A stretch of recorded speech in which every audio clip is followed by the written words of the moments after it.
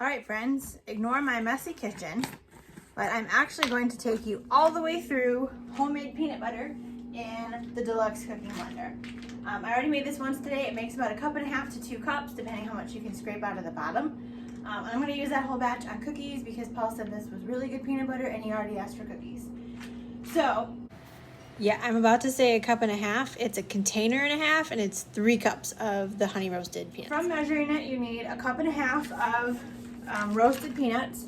I'm using, sorry, it's backwards, honey roasted peanuts just to give it a little extra sweetness. Honey is a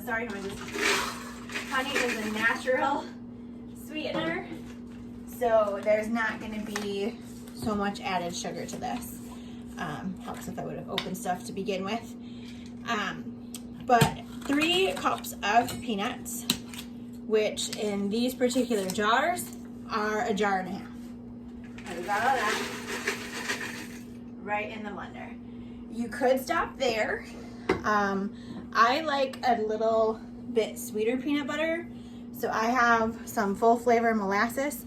I actually looked on the back of the Jif peanut butter and the ingredients to see what they do, and they have molasses as a sweetener. This is just not even a real measure tablespoon, it's just a big actually eating tablespoon. We're gonna do a heaping tablespoon of the molasses.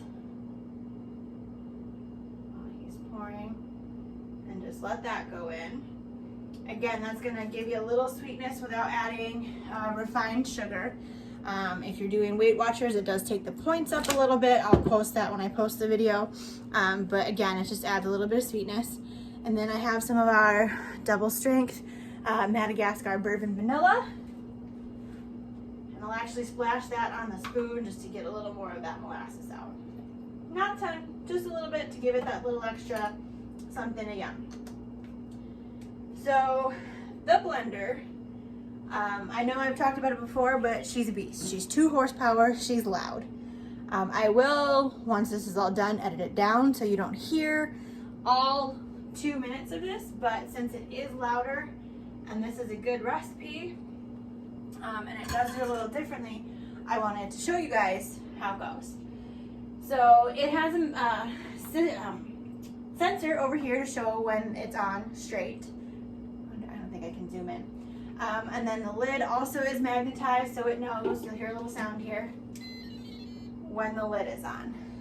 Normally, we either have the regular cap or the spillover, which I showed you with the soup.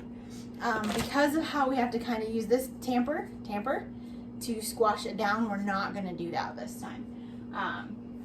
You can just turn it on and leave it. That honestly scares me. So I will push the pause. There's a grind cycle. If you turn it to the grind cycle, it takes 2 minutes and 20 seconds. It will take a little longer than that because, again, I am pausing it because I don't like to tamper it with the blades running. It just makes me nervous. You can. It's designed so it won't go down that far. I just, nerves. I'll go for it a little bit, and then, like I said, I'll edit this down so you're not hearing all 2 minutes of the blender. But she'll count down and then she'll start going.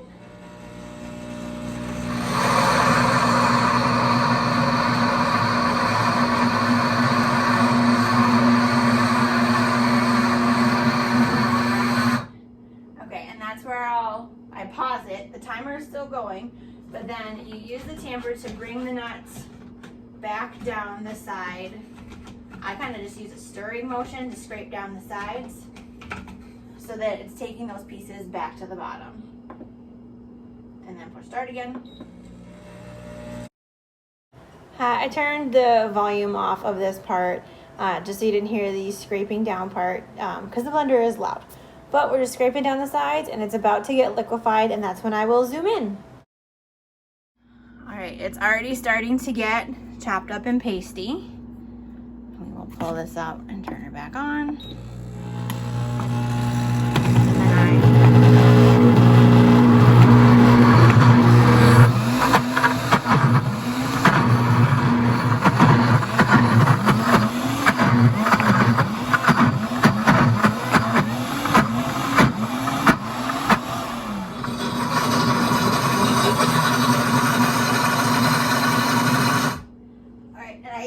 leave that part in because hopefully you can hear the difference as it's getting more liquefied. You could hear the tone in the blender change.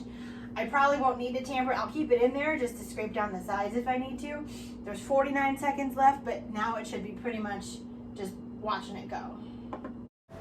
All right, speeding up this next part because again, this is just tampering down. It's getting super liquidy, so all I'm doing is moving the tamper around to keep the sides scraped down and to make sure that all of the bits and stuff get processed because we prefer a smoother peanut butter to a chunkier peanut butter. We're about to pour it out. Looks really good. And now she's done. I told you she's loud, but look at, where's the camera? It is so creamy. It does come out hot because of the friction. The cooking part's not on, it's just because of the friction. There's just enough sweetness to that. Good Lord. And that's gonna be perfect in some cookies in a little bit. I'll show you, pour it out 1 second. Damn. All right, awkward angle, sorry for that. But I'm gonna pour this out. That is a 2-cup Tupperware, or Rubbermaid, whatever it is. I apologize, I'm gonna block this a little bit because I'm other-handed. I think I can do it. But because there's no preservatives in this peanut butter, it does need to go into the refrigerator, but check that out. This is gonna make, I don't know which cookie, or I do know which cookies. He wants the peanut butter ones with the mixed chocolate and peanut butter chips. And I'll be able to scrape that out more in a second. But you can see that there's more down in there that I'm gonna scrape out after I lick my fingers. Smooth, creamy, like holy buckets, you guys. It's not as sweet as like a Reese's peanut butter or something like that where they add a lot of sugar. It might be a little bit sweeter than a Jif, but that's because of the honey roasted peanuts instead of just plain. For your peanuts, you need roasted. That will bring the natural oils out. Let me notice we didn't add any oil. The roastedness of them brings out that natural oil, so you don't need to add anything. If you're going to use unroasted peanuts, you do need to add a little bit of oil. You can add a little bit of salt because these ones were the honey roasted, and I don't particularly like salty sweet things separate like that. Like, I wish you guys could smell this. It smells so good. But I will post the recipe that I used because I actually wrote it down and remembered this time. I know the measurements aren't exact, but it's super easy. It's legit.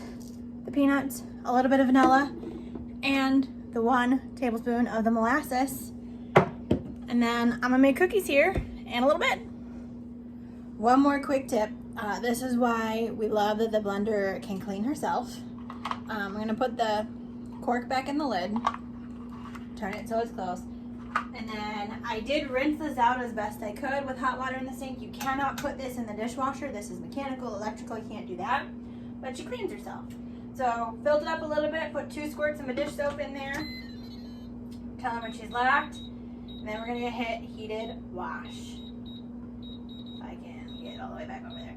It's gonna spin a little bit. 1 second. But then it's gonna heat the water to I think 140, and then it will start the spin process again. I did this with the one I did earlier and it gets it almost 100% clean. I had to rinse it and then wipe a little bit around the top just where the water doesn't get so around it. But yeah, cleans itself, which is awesome because peanut butter, while delicious, is very sticky. But I will you can see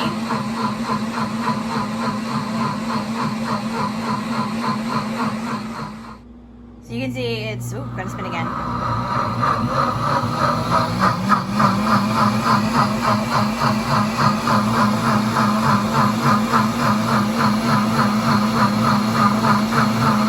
All right, so that goes about 4 minutes or so, but you can see other than up near the top, that's pretty well cleaned out. Let me see if I can do this one-handed.